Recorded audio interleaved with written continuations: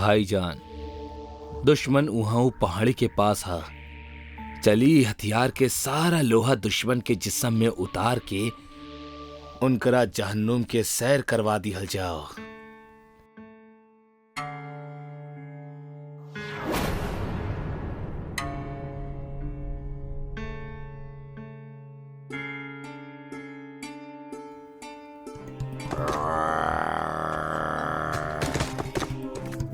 ये आवाज तो निकल रहा ना भाईजान, हम तक कौनो आवाज ना निकलनी।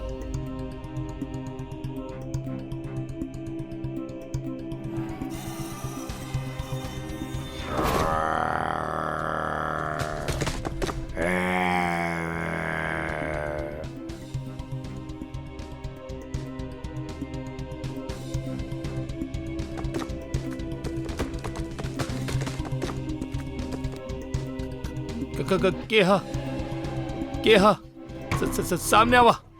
सामने आवा ना तो गोली चला दे अब।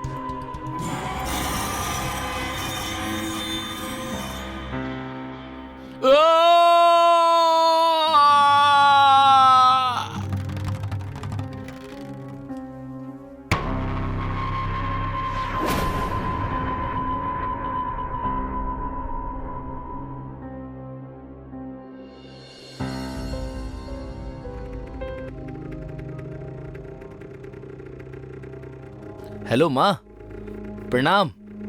अरे आपकी उम्र तो बहुत लंबी बा, हम आपे के याद करत रहनी। जी हाँ, हमरा अगला महीना छुट्टी मिल जाई, हम घरे आ जाई। हाँ माँ, पक्का आई। रखा तानी, बेस कैंप जाता नहीं माँ, आपके रात में कॉल करब। प्रणाम।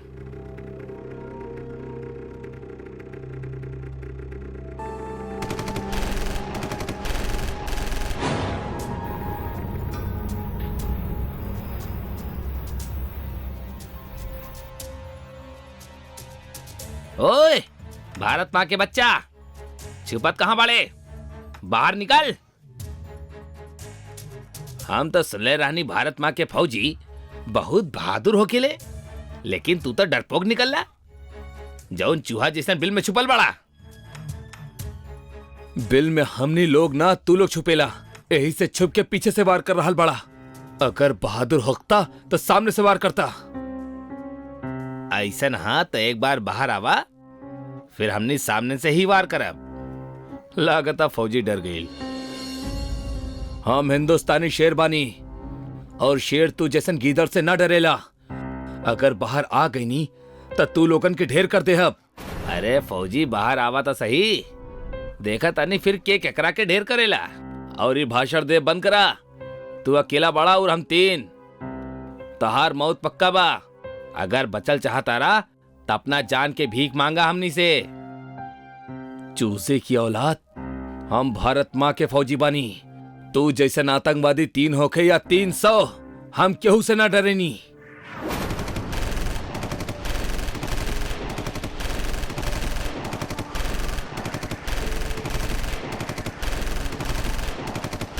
बहुत बरसा लेला गोली, अब इंडियन आर्मी के बारी हा।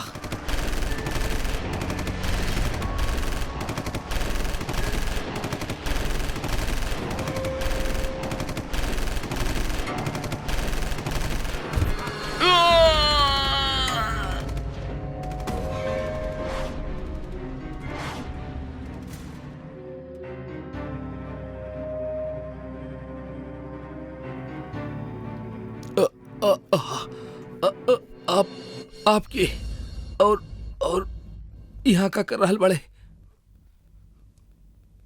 बेटा, हमार नाम मकसूद हा, ये हमार ही घर हा। झूठ। ई घर तो कब से खाली पड़ल बा, और यहाँ क्यों न रहेला? आप सही कहले बेटा, ये घर कई साल से खाली ही पड़ा रहल, कहे कि हम घर छोड़ के जा चुकल रहनी, लेकिन अब हम वापस आ गए बानी। अपन आईडी दिखावा।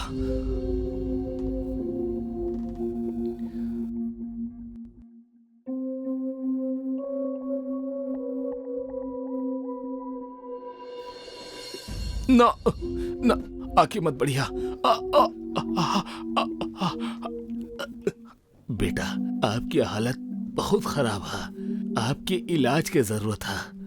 हम ठीक बनी। गोली लगे से आपके खून बहुत बहरहाल बा, और ऐसे में इलाज ना कल गल तब आपके जान के खतरा हो सकेला बच्चा।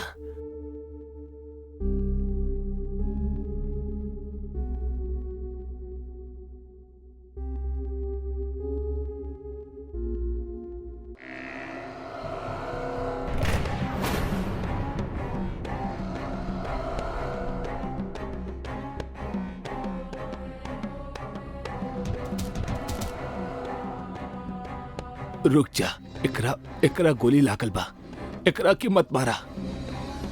चुप कर बुढ़वा, तोहरा जैसन लोग की वजह से ही हम कश्मीर के हासिल ना कर पा रहा बानी। हमार कौम के नाम बदनाम करे वाला तोहर नाम कहा? मकसूद। अब चुपचाप यही जा बैठल रहा, वरना फौजी से पहले तू जान से जाइबा। और फौजी, सुन ले बानी हिंदुस्तानी सेना हम लोगन के खात्मा करे खातिर तैयार बाड़ी। बतावा तहार प्लान का है? कहे मारे से डर लग रहा बा का, यही से प्लान जानल चाहता रहा। मरे के डर हमरा के ना तोहरा के होकी फौजी। आप जल्दी से बोल दा तोहार प्लान का है, ना तो तोहार शरीर में छेद ही छेद कर दे। अब मारे के बा तब मारता, लेकिन हम कुछ भी ना बतावे वाला बानी। देश के साथ गद्दारी करब तोहरा देश में होगत होगी, हमार देश के आर्मी में ना। तू जोन चाहे बोला फौजी, बतावे का तो तोहके पड़ी। चाहे तू एकरा गद्दारी बोला या अपन जान के कीमत।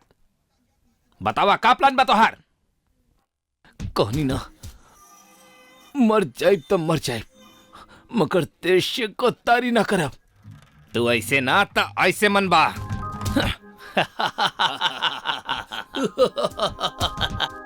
आखिरी बार पूछ रहल बानी, बता दा। बहनों जवाब उहे हा, मरब तब मर जाए, लेकिन देश से गद्दारी ना करब। काहे जिद कर रहल बड़ा बेटा, बता दन करा के, ना तई लोग तोरा के सच में मार दी हैं। अगर मुंह से डरती ना बाबा, तो देश के रक्षा के खातिर जिम्मेदारी कबू भी ना उठौती। जब तक जियब देश के खातिर जियब। वाह बेटा वाह, हमके गर्व हा ऊ माँ पे जकरा तू जैसन बेटा के पैदा कैले बाड़ी। अबे ओ काम के दुश्मन बुढ़े, बंद करा हिंदुस्तानी फौजी के तारीफ करब। और ये आखिरी चेतावनी है। हमार बेटा भी बिल्कुल तोहरा जैसन ही आर्मी ऑफिसर रहल, रिजवान शेख। देश के खातिर वो अकेले 10 आतंकवादी के मार देहलस, लेकिन एक दिन एगो आतंकी ग्रुप ओकर हत्या कर देलस। मतलब तू हमार दुश्मन के बाप बड़े? दुश्मन हम ना तू बड़ा, जौन हमार देश हिंदुस्तान के खत्म करे के सपना देख रहा बड़ा। लेकिन जब तक हमनी जैसन देशभक्त इस जमीन पे बढ़े, तू जैसन लोग हिंदुस्तान के शांति कभी भी भंग ना कर पाईबा। लागता बुढ़ा पागल हो गइल बा। पागल हम ना तू बड़ा, जौन चंद रुपया के खातिर मासूम बेगुनाह निहत्था लोगन के मारे के खातिर हथियार उठा लेवेला। मजहब के नाम पे लोगन के बहला फुसला के उनकरा के आतंक के रास्ता पे ढकेल के इस्लाम के बदनाम करेला। तू लोग इंसान से इंसान के हत्या करवावेला, खुदा के नेक इरादा के हत्या करेला तू लोग। लेकिन अब हम तोहरा के ऐसा ना करे दे। तू रोकबा हमरा के? हाँ, तू मरे खातिर तैयार हो जा बुढ़ऊ। जे पहले ही मर चुकल बा, ओकरा के तू का मर बा? तहार बाप भी ना मार सकेला।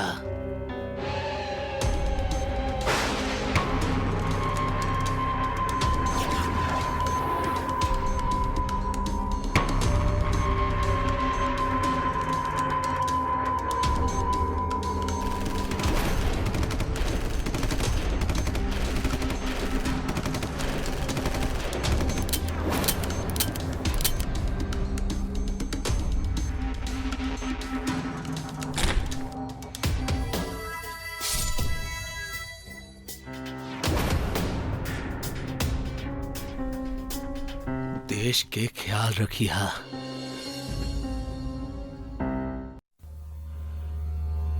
डॉक्टर के भगवान भी कहल जाला। ई एगो विश्वास के रिश्ता होला। मगर कैसन होई अगर जीवन दे वाला ही मौत के शैतान बन जाओ, जेकरा अमृत समझनी उहे विष निकल जाओ। डॉक्टर अंशुमन बहुत ही काबिल रहले। न जाने कितना ही लोग ओकरा इलाज से ठीक होके ओकरा के दुआ देकर गईले, मगर ऊ रात ओकरा सर पे शैतान सवार हो गल रहे। रुका सिस्टर, ई का कर रहल बाड़ू? नथिंग डॉक्टर, पेन किलर देत रहनी। सुबह तक एकरा के होश आ जाई और पुलिस भी आ जाई, फिर सबके पता चल ही जाई कि कौन हैवान एकरा साथ ई सब कइले बा। ना तू जनरल वार्ड में जा, हम एकरा देख ले हब। ओके डॉक्टर। हाँ विवेक बोला। भैया आप काम करते ले? ना अब ही ना। तो कब करवा भैया? अगर वो होश में आ गई और वो पुलिस को सब कुछ बता देलस ना, तो भैया प्लीज हमरा के बचाला। सिर्फ 5 घंटा पहले की बात बा। बिस्तर पे जिंदगी मौत से लड़ रहल सौम्या विवेक से गाड़ी धीरे चलावे के जिद करत रहल, पर विवेक गाड़ी के स्पीड बढ़ावत ही जात रहल। बार बार बियर पिए के जिद भी करत रहल। अरे बियर पिए से कुछ ना होला, अरे it's just like a cold drink. देखा हम अभी तक 3 पी चुकल बानी, कुछ भी ना भइल का कुछ। विवेक हम बच्ची नहीं की, जरूरत से ज्यादा पिया तो बियर से भी नशा होखेला। तो बस गाड़ी धीरे चलावा प्लीज, हमरा डर लग रहल बा। अरे सुन लेना बाड़ू का तू, डर के आगे जीत बा। और वैसे भी आज कुछ अलग ही करे के मन बा। आपन मन के आपन पास ही रखा और हमरा के घर छोड़ दा। ये भरल बरसात में इतना अच्छा मौका ना छोड़ सकेनी हम सौम्या। आज तोरा हमार भूख मिटावे के ही होई। विवेक का करत अड़ा? विवेक हाथ छोड़ा हमार। तू नशा में बाड़ा विवेक, छोड़ा। आज हम तोरा घर छोड़े के खातिर साथ न लाइल बानी। आज हम तो से तोरा ऊपर खर्च कोइल हर एक पैसा के वसूल करे के खातिर लाइल बानी। आज हम तोहरा से अपन प्यास बुझाए। विवेक का बकवास बाई, छोड़ा हमरा के। जानवर जैसन बिहेव मत कर, प्लीज लीव मी। छोड़ा हमरा के। हम जानवर ही हम। हाँ बड़ा जानवर। वैसे एगो बात कही, तहरा से अच्छा तक कुत्ता लोग हो खेले। तहरा जैसन धोखेबाज दोस्त से कहीं ज्यादा वफादार हो खेले। छोड़ा हमरा के। विवेक हम कहनी ना हमरा के छोड़ा। थप्पड़ लगे से विवेक के झटका लगेला। उस सौम्या के हाथ छोड़ देवेला। सौम्या बारिश में कार से उतर के रोत जाए लगली। कार के अंदर बैठल विवेक के गुस्सा लगातार बढ़त रहल। ओकर दिमाग में जानवर और कुत्ता वाला बात गूंजत रहल। अपना आप से बात करत करत विवेक एक्सीलेटर पर प्रेशर बढ़ा देवेला और एक झटके से कार के गियर में डाल के सौम्या के ओर बढ़ा देवेला। सौम्या के कार अपना पास आवत दिखेली। वो पलट के देखेली, कार ओकरा टक्कर मार के हवा में उछाल देवेली। सौम्या नीचे गिर जाली। विवेक गाड़ी रोकेला और सड़क पे तड़पत सौम्या के देखे लगेला। विवेक गुस्सा में आके सौम्या के ऊपर गाड़ी चढ़ा देवेला और गाड़ी चढ़ेला के बाद खुद के पुलिस से बचावे के खातिर अपन बड़ भाई के अस्पताल में ले आयल। लेकिन वहीजा आके ओकरा जैसे ही पता चलल कि सौम्या बच जाई, बस उहे पल वो अपना भाई के एक्सीडेंट के सारा सच बता देलस और उनकरा पे दबाव बनावे लागल कि वो सौम्या के मार डाले। भैया प्लीज, आपके मम्मी पापा के कसम बा भैया, प्लीज मार दियो ओकरा, वरना पुलिस हमरा के ना छोड़ी भैया। मार देता नहीं, लेकिन प्रॉमिस करा कि आज के बाद ऐसा हरकत तो कोनो भी लड़की के साथ ना करबा। प्रॉमिस भैया, गॉड प्रॉमिस, कबो ऐसा ना करब। भाई खातिर तो हमरा के मारत आड़ा, जबकि गलत तोहर भाई केले बा। वो भाई है हमार। अंशुमन घबरा जाला, लेकिन फिर हिम्मत करके सौम्या के इंजेक्शन लगावेला और इंजेक्शन के असर से सौम्या के सांस रुके लागल और ओकरा आंख से आंसू आवेला और वो मर जाले। लाइफ सेविंग मशीन के ग्राफ फ्लैट हो जाला। अंशुमन सौम्या के नब्ज चेक करेला और फोन निकाल के तुरंत विवेक के फोन करेला। हाँ भैया बोली, हम ओकरा के मार देले बानी। तू जल्दी से यहाँ आ जा। थैंक यू भैया, थैंक यू वेरी मच। आप ना हुई त ई कमीनी लगी त हमरा के फसाइए देले रहल। आज तो वाकई में गइल बाड़ा। भैया भैया ई का हो रहल बा भैया? भैया ई का? मौत बांटे वाला तू दोनों भाई के अब हम मौत के घाट उतारब। जैसे ही सौम्या इशारा करेली, वो रूम में मौजूद इंजेक्शन, सीजर और चाकू हवा में अपने आप उड़े लागल और तेजी से जाके वो दोनों भाइयों के शरीर में धंस जाली और दोनों वहीं मर जाले। वार्ड की दीवारों पे खून ही खून बिखर जाला। दोनों के लाश दीवार पे टंग जाली और सौम्या के शरीर वापस बेड पे गिर जावेला। एगो भाई अपना भाई के प्यार के खातिर ओकरा गलती पे पर्दा डालत हुए अपना पेशे से धोखा कैलस और एगो मासूम के मौत के नींद सुला दिलस। लेकिन कहेले ना, ईश्वर के घर में देर हा पर अंधेर ना। भगवान उहे लड़की के हाथों वो दोनों के मार के इंसाफ कर देले। बुराई के अंत हमेशा बुरा ही होखेला।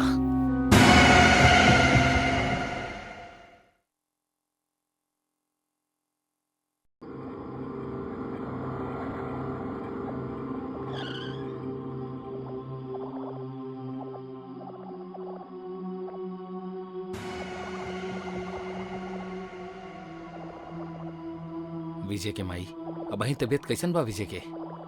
बुखार कुछ कम भइल की ना? विजय के पापा, एकर बुखार तो तनी भी कम नहीं खे भइल। शरीर भी आग के जैसन तपता। बहू, तू विजय के समय पे खाना और दवाई खिला दिले रहलू ना? हाँ पापा जी, हम समय पर खाना और दवाई दोनों खिला देले रहनी। शादी से पहले तक तो सब कुछ ठीक रहे, बाकी शादी के बाद से ही पता ना का हो गइल बा हमार बेटा के। तबीयत हमेशा खराबे रहेला, जबकि ऐसन पहले कबो ना भइल रहे। तू सही कहा ताड़ू विजय के माई। हमार विजय के अब तक छोट मोट बीमारी ही होखत रहे और वो डॉक्टर के दवाई से 2-3 दिन में ही ठीक हो जात रहल। लेकिन ई बार समझ ना आ रहल बा कि ऊपर कोनो दवा असर काहे ना कर रहल बा, जबकि हमने हमार बेटा के कहां कहां ना दिखौनी। एक से एक बड़ से बड़ डॉक्टर के दिखैनी हा, लेकिन पता ना हमार बेटा के ऐसन कौन सा बीमारी हो गइल बा कि वो ठीक होके के नामे ना ले रहल बा।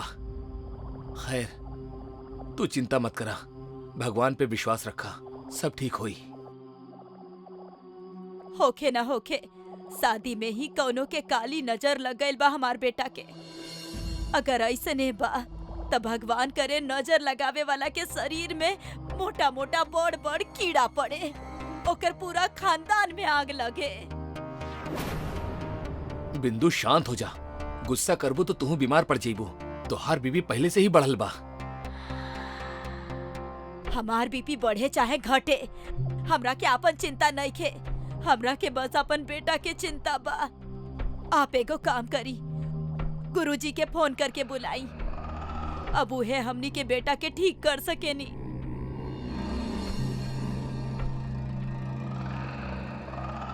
प्रणाम गुरुजी। का कहीं गुरुजी, बस ई समझ ली कि चारों तरफ से मुसीबत से घिरल बानी हमनी। हमार बेटा के तबीयत बहुत खराब बा गुरुजी। बस आप अपना चरण हमार घर पे रख दी तो शायद कोनो कृपा हो जाओ।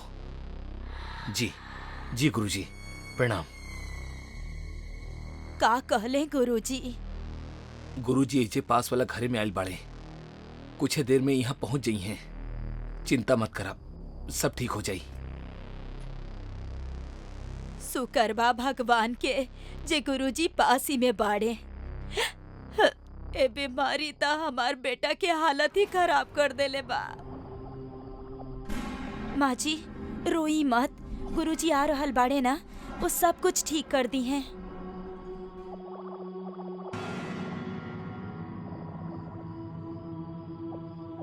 अलख निरंजन, जय माँ काली, तुहार वचन जाए ना खाली। अलख निरंजन। गुरुजी देखी ना हमार बेटा के का हो गइल बाइक रखे। गुरुजी हमनी जब से अपन बेटा के शादी करवैले बानी तब से ही एकर तबीयत बहुत खराब बा। हमनी सब कुछ करके देख लेनी, बाकी हमनी के बेटा ठीक है नहीं के होत। कौनो बात नहीं के, अब हम आ चुकल बानी, ये बिल्कुल ठीक हो जाई। अलख निरंजन, जय माँ कंकली, तुहार वचन जाए ना खाली। अलख निरंजन, अलख निरंजन, जय माँ कंकाली, तुहार वचन जाए ना खाली। बीमारी के कारण और निवारण दोनों मिल गइल बा। कारण कहा गुरुजी? कारण हा तोहर बहू के मांगलिक होखब। अब अगर तोहरा के अपना बेटा के हमेशा के खातिर ठीक करे के बा त तहर अपना बहू के शादी बरगद के पेड़ से करवावे के होखी। गुरुजी हम अपन पति के जान बचावे खातिर बरगद के पेड़ से शादी करे खातिर तैयार बानी। ओम मंगलम मंगलम स्वाहा, ओम मंगलम मंगलम स्वाहा। शादी संपन्न भइल। गुरुजी अब तो हमार बेटा बिल्कुल ठीक हो जाए ना? अलख निरंजन, जय माँ कंकाली, तहर वचन जाए ना खाली। माँ के कृपा से तहार बेटा बिल्कुल ठीक हो चुकल बा। ओ रहल। माँ पापा देखी, हम बिल्कुल ठीक हो गइल बानी, हम ठीक हो गइल बानी। बेटा जा गुरुजी से आशीर्वाद लेला। प्रणाम गुरुजी। गुरुजी आपके बहुत बहुत धन्यवाद, जौन आप हमरा के नया जीवन दान देनी। आप ना होती ता हम कब्बो ठीक ना हो पाती। धन्यवाद हमार ना, अपना पत्नी के करा बच्चा, जौन बिना कोनो प्रश्न के तोहरा खातिर बरगद के पेड़ से शादी करे खातिर तैयार हो गईल। तोहरा भाग में मांगलिक से ही शादी होखब लिखल रहे, लेकिन एकर भाग में सदा सुहागन लिखल रहे। यही से भाग्य से तू बचल बड़ा। कौनो और लड़की होखत त तोहार मृत्यु निश्चित रहल। संध्या कुछ बोले की जरूरत नहीं खे, आप ठीक हो गई नी, हमरा खातिर यह बहुत बा। हमनी के बेटा बहुत भाग्यशाली बा जे ओकरा संध्या जैसन बीवी मिलली। और बहू पाकर हमने दोनों भी।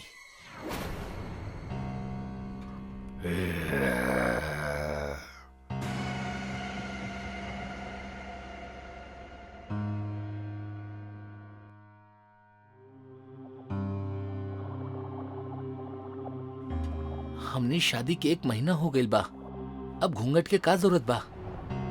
मन्नी की हमनी के शादी के 1 महीना हो चुकल बा, बाकी ई मत भूली कि हमनी अभी तक एक ना भइल बानी। कौनो बात ना, आज एक हो जाता नहीं।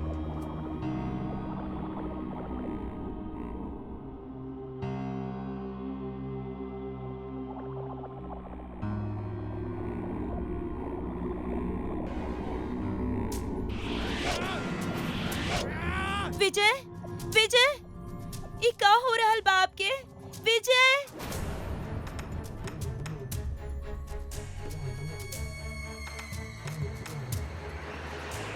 हाँ, विजय बचाई बचाई हमरा के।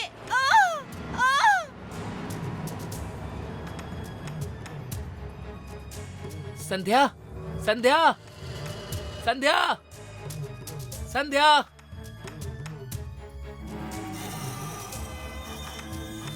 हेलो हेलो हेलो गुरुजी जी, जितना जल्दी हो सके हमने के घरे आ जाएं।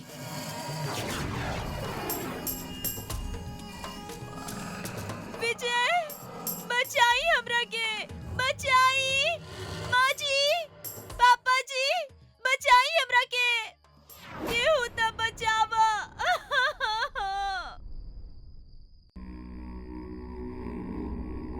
बहू, बिंदु हमार बहू। संध्या बहू, पापा जी बचाई हमरा के, माँ जी बचाई हमरा के।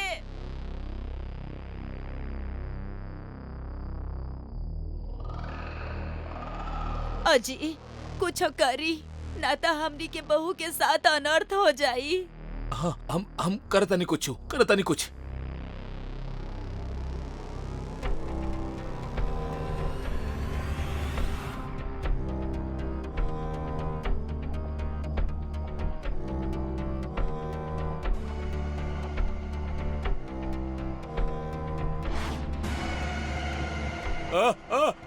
बचावा बिंदु बिंदु बचावा हमरा के बचावा।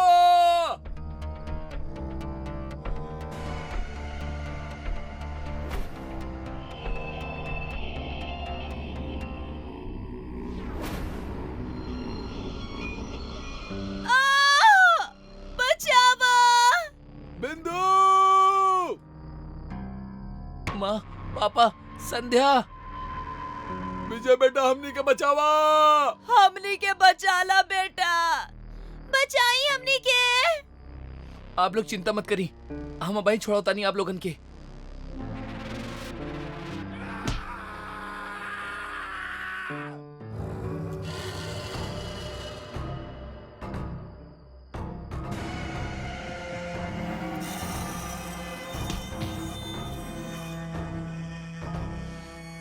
माँ पापा अलख निरंजन जय माँ कनकली तोहर वचन जाए ना खाली। अलख निरंजन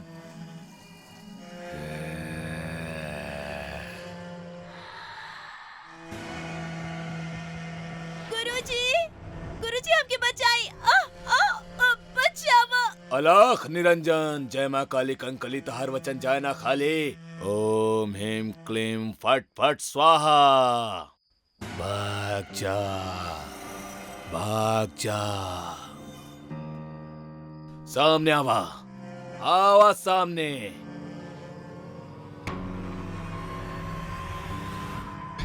के बाड़ा तू का चाहता तू काहे परेशान कर रहा बड़ा बच्ची के। आज जब तू एकर शादी ई पेड़ से करावत रहला तब बे हम ई पेड़ पे रहनी। यही से एकर शादी हमरा से हो चुकल बा। ई हमार पत्नी हा, इसे हमार शादी भइल बा। अब हम एकरा अपने साथे लेके जाए। अपना साथे लेके जाए। तू एगो शैतान बड़ा और जकरा तू अपना पत्नी कहा तरा वो एगो इंसान, और एगो शैतान के पत्नी इंसान कबो ना हो सकेली। छोड़ दे एकरा के, छोड़ दो। अब हम एकर साथ जन्मों जन्मों तक ना छोड़ब। अलख निरंजन जय माँ कंकली तोहर वचन जाए ना खाली। ओम ह्रीं क्लीं फट फट स्वाहा।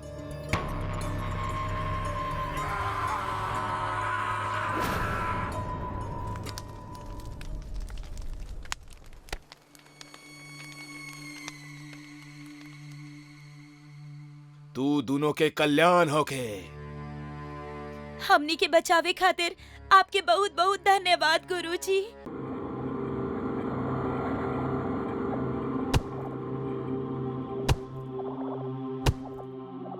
आज लकड़ी इतना सा ही मिलल, काल थोड़ा में ही गुजारा करे के होगी। आज तब बहुत ही सन्नाटा बा जंगल में। हे भभूति वाला बाबा रक्षा करी। घर जाके सीधा नहा के आपके प्रसाद चढ़ाई, फिर कुछ करब। जय हनुमान ज्ञान गुण सागर, जय कपीश तिहुलोक उजागर।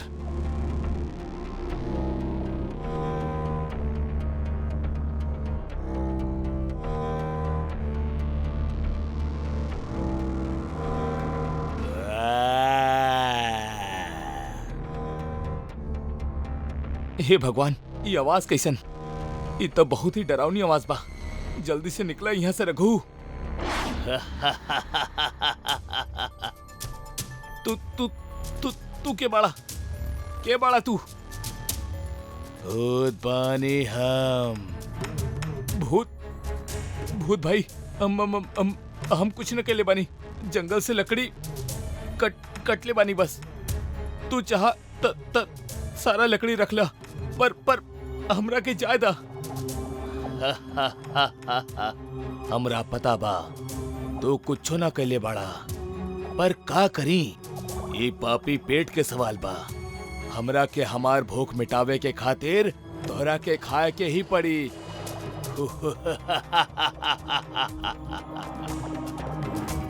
भूत भाई, ये रावण के जैसे हंस के डरावा मत। हमरा के यहाँ से जाए दी प्लीज। घर पे हमार बीवी हमार इंतजार कर रहल बाड़ी। अबे पागल बड़ा का तू, बीवी घर पे पति के आवे के इंतजार ना करेली तक केकर करेली? बकरा के, जकरा ऊ रोज हलाल करेली।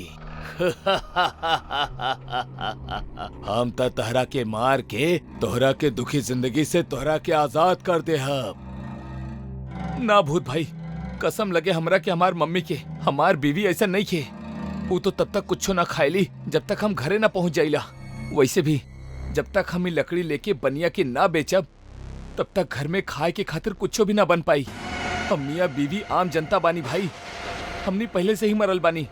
अब तो तू मत मारा भूत भाई। तहर कहानी तो सच में बहुत डरावनी बा, हमरा से भी ज्यादा डरावनी। पर का करी, भूत घास से यारी करी त खाई का। अरे तब बोली ना भूत भाई, आपके घास खाए के बा, हम अब ही काट के लावतानी, महीना भर चली। अबे ओ ढक्कन इंसान, थोड़ा बहुत भी पढ़ाई ना कर ले बाड़ा। ये को कहावत रहल। पर कहावत तो घोड़ा वाला रहल ना, घोड़ा घास से यारी करी तो खाई का। अबे पगला, यहाँ घोड़ा हम बानी। पर आप तो भूत बानी। अबे ओ इंसान, अपन बात से हमरा के मत करा हैरान। हम पहले से ही बानी परेशान। हमरा के बस भूख लागल बा, हम तोहरा के ना छोड़ सकीला। माफ करिया दोस्त। ये भूत तो हमरा के मारे ही वाला बा। काहे नकरा के खाए के लालच दे दी, शायद बच जाई। एक मिनट भूत भाई, हमार बात सुन ली, फिर तू चाह तो हमरा के खा लिया। जल्दी बोला। अगर तू हमरा के छोड़ दे बा तो हम रोज तोरा के खातिर खाना लेके आई, मम्मी कसम। ये डील तो अच्छा दे रहल बा, लेकिन अगर तू वापस ना आइला त? हम अपना घर के पता देता नहीं ना भूत भाई। हम ना आईनी तो तू हमरा घरे आके हमरा और हमार बीवी दोनों के खा लिया। तहर बात तो सही बा, पर हमार पास ऐसे भी बढ़िया आइडिया बा। सुना, अगर तू हमार भूख मिटा देला ना तो हमहू तोहरा के कुछ ऐसन देहब जैसे तोहार गरीबी कुछ ही दिन में दूर हो जाई। बोला का बोला तारा? हम तो बोल ही देहब, पर तोहरा के कैसे पता कि हम गरीब बानी? अबे जौन इंसान बनिया के लकड़ी बेच के घर चलावेला वो का कहीं के राजा महाराजा होई? बात करेला। लेकिन हाँ, एक बात ध्यान रख लिया, अगर कल तू खाना ना ले आईला तब तू और तोहार बीवी दोनों गईले। ठीक है रावण भाई, मतलब भूत भाई, हम समझ के नहीं। हम पक्का कल खाना लेके आई। ठीक बा, जा। पर अब वहीं कुछ खाए के बा का तोरा पास? जी, ई चना बा। लावा दा यार, आज नहीं से काम चलावे के पड़ी, पर कल पक्का। हाँ जाब। चना अच्छा बा। जी भूत भाई, बाल बाल बच गए नहीं। फिर का भइल? अरे फिर का होके के रहे, बच गए नहीं, ना तो भूत हमार काम तमाम ही कर दे। अरे वो सब तो ठीक बा, लेकिन अहिजा हमनी के खाए के लाले पड़ल बा, ओकरा कैसे खिलाइब? तू चिंता मत करा, हम कुछ सोच के रख ले बानी।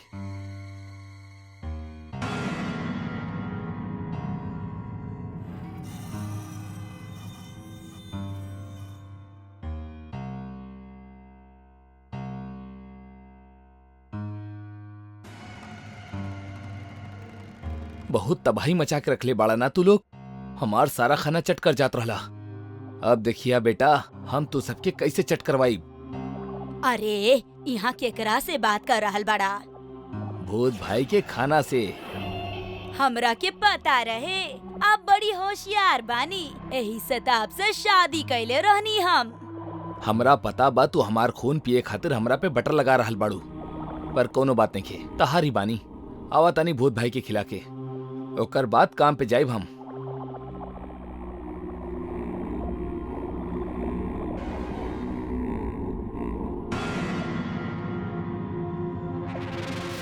भूत भैया, इली ले आई नहीं आपके खातिर खाना।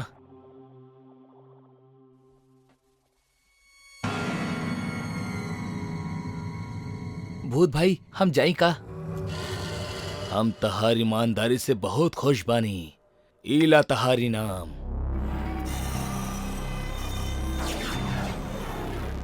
सोना की सिक्का, इससे तो सचमुच हमार गरीबी दूर हो जाई। धन्यवाद भूत भाई, हम कल खाना लेके फिर से आई। हाँ, हम कल फिर आई। हुर्रे, हम कल फिर से आई।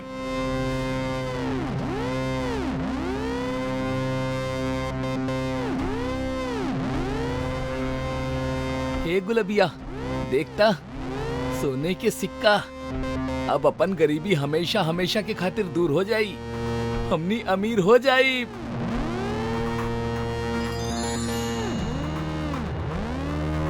बाकी देलस के अरे और के दी, भूत भाई दिले बाड़े। असली बाना। अरे 100% असली बा, इंसान धोखा दे सकेला, भूत ना। अच्छा छोड़ ई सब, तू चूल्हा जलावा, हम एकरा सुनार के यहाँ बेच के कुछ खाए खातिर लेके आवता नहीं। अच्छा सुनी, बाजार से गुलाब जल भी खरीद के ले आई है और हमेशा अपने पास रखी है, ताकि कौनो भी बुरी बला तहार आस पास ना फटके। ठीक बा।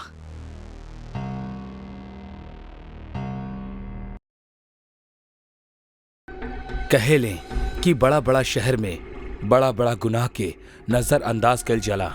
अगर वो गुनाह कोनो गरीब के साथ हो जाओ तो ओकर जरा भी दखल ना लिहल जाला, काहे कि बड़ा शहर में छोटा और गरीब लोगन के कीमत रास्ता के कोनो धूल से ज्यादा ना हो खेली। ऐसे ही एगो गुनाह के बारे में हम आज आपके बताए वाला बानी।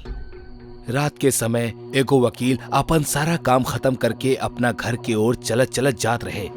बीच में ही एगो आद गाड़ी ओकर पास से बड़ा तेजी से गुजर जाली। यही से वो फुटपाथ पर से चलत रहे।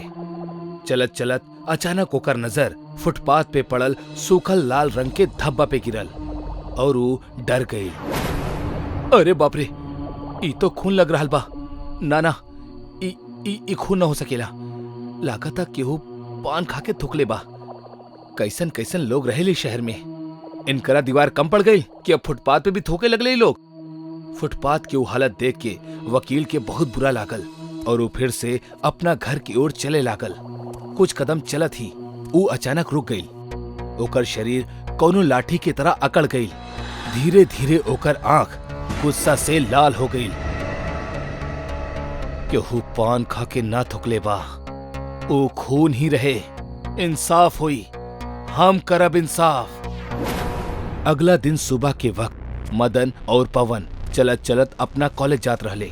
चलत चलत ऊ भी उहे फुटपाथ पे आके रुक गईले जहां ऊ लाल धब्बा रहे। पर अब ऊ धब्बा थोड़ा सा मिटे लागल रहे। लोगन के पैर के नीचे घिस घिस के ऊ लगभग ना के बराबर हो गल रहे। हम तरह से कहले रानी कि रास्ता से ना वल जाओ। पागल मत बना, रात के बाद के भूलब इतना आसान नहीं खे। जौन हमने दिखले और कैले बानी ओकर बाद तो हमार जिंदगी जैसे खराब हो गई बा। कुछ समझ में ना रहल बा कि का करी। अब हमने कुछ करे के जरूरत नहीं खे। जौन हमरा करे के रहे उ हमने रात के ही कर देले बानी और ओकर नतीजा तो तू देख ही रहल बड़ा। हमने अब अभी तक सुरक्षित बानी। अगर केहू के पता चल गई तब हमनी के का हुई? केहू के पता तब चली जब हमनी दोनों में से केहू उनकरा के वो बात बता दी। हम तो केहू के न बताए वाला बानी, पर हमरा तोहरा पे बहुत शक हो रहल बा। साला तहार पेट में कोनो बात न रहेली। हम केहू से कुछ ना कहा। ऐसन बात करे के हमार हिम्मत भी ना होगी। अच्छा हा, देखा हमने जौन कहनी ओसे केहू के घंटा फर्क ना पड़ी। शहर में ई आम बात है, यही से अभी बात की यही से भूल जा। हाँ, शायद यह हमने खातिर अच्छा होगी। ठीक है, अब चला, कॉलेज के खातिर देर हो रहल बा। दोनों फिर से कॉलेज के तरफ जाए लगले। वो दोनों जात ही रहले तब भी अचानक उनकर सामने एगो पुलिस के गाड़ी आके रुक गई। वो दोनों बहुत डर गए। पवन के त डर के मारे पैर ही कांपे लागल।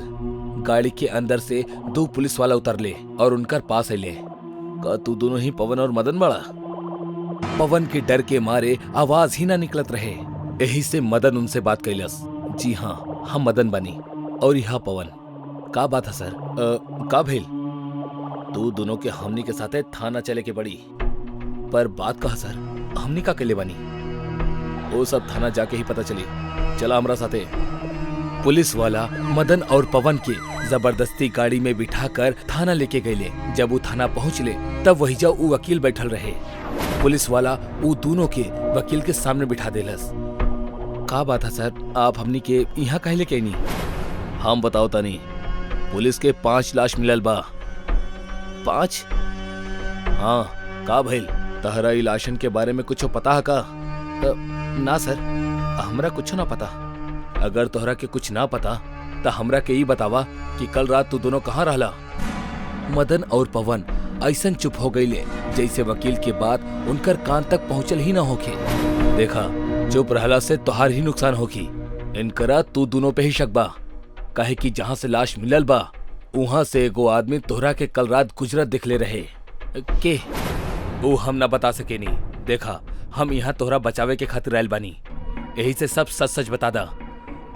हम आपके सब सच सच बताओ तनी सर। ना, हम बताओ तनी, तू तकलीफ मत ला और रुआ बंद करा। मदन कल रात के पूरा कहानी पुलिस और वकील के बतावे लगेला। कल शाम कॉलेज से घर अइला के बाद हमनी बाहर खाना खाए के तय कईनी, काहे कि कल ई पवन के बर्थडे रहे तो हमनी सोचनी कि बाहर सेलिब्रेट करल जाई। यही से हमनी गईनी और खाना खा के वापस घर आ गईनी। फिर पूरा रात हम घर में सुतत रहनी। सच बोल रहल बड़ा ना? हाँ सर। खुद के गाड़ी लेके गल रहला? ना सर, टैक्सी से गल रहनी और आवत समय टैक्सी अपना पुल के पास खराब हो गई। यही से हम नीचे उतर गल रहनी। तबे केहू हमनी के शायद वहाँ देख लेले हुई, पर टैक्सी के ठीक होकर थी 10-15 मिनट में हमनी वहाँ से चल गल रहनी। थोड़ा देर के खातिर केहू कुछ न बोलस। उस सन्नाटा मदन और पवन के बहुत तकलीफ देवत रहल। ठीक है, कल कोर्ट में सुनवाई है, इनकरा वक्त पे लेके आई है। यस सर। वकील थाना के बाहर आई और अचानक होकर पैर रुक गई। इंसाफ, इंसाफ। अगला दिन कोर्ट में सुनवाई शुरू हो गई। वकील, पुलिस वाला, मदन और पवन वहाँ मौजूद रहले। जज साहब, ई दोनों कॉलेज स्टूडेंट बाड़े और पुलिस के ई दोनों पे शक है कि ई दोनों 5 खून कैले बाड़े। हम इनकर वकील बनी, पर फिर भी हम पुलिस और ई अदालत के बतावल चाहे कि हमरा ई दोनों पे शक ना बल्कि पूरा यकीन है कि वो 5 खून ई दोनों ही कैले बाड़े। वकील के ई बात सुन के दोनों डर गए।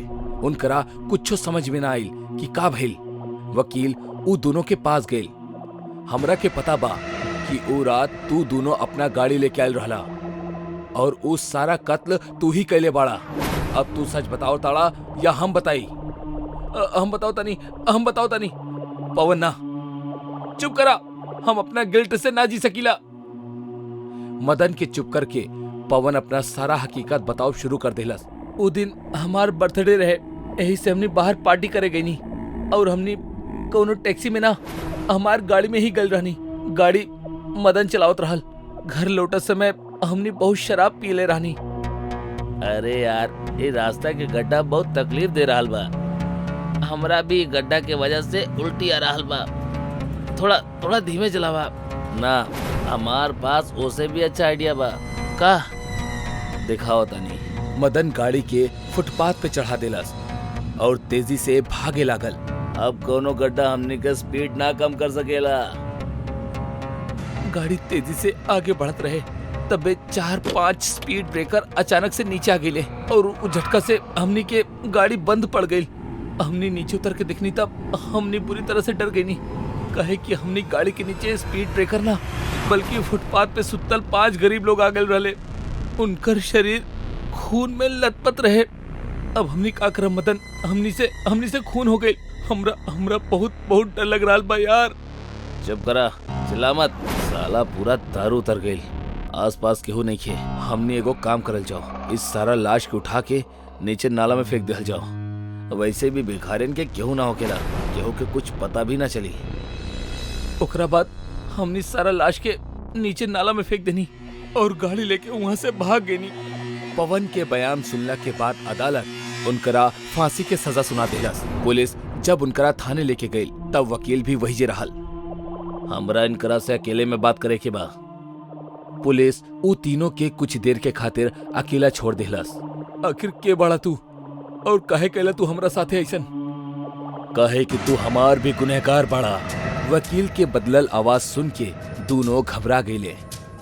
हम एगो LLB ग्रेजुएट रहनी, पर हमार पास नौकरी ना रहे और रात हमार पास सुते के खातिर जगह भी ना रहे। यही से वो फुटपाथ पे भूखा पेट सुते के कोशिश करत रहनी। हाँ, पर तू लोग वहाँ भी चैन से सुते ना देला। हम खुद के और वो गरीबन के इंसाफ दिलौले बानी। अब हमार काम पूरा हो गई। वकील के शरीर फिर से लकड़ी के तरह जड़ गई और वहां से गायब हो गई। मदन और पवन ये सब देख के थर थर कांपे लगले।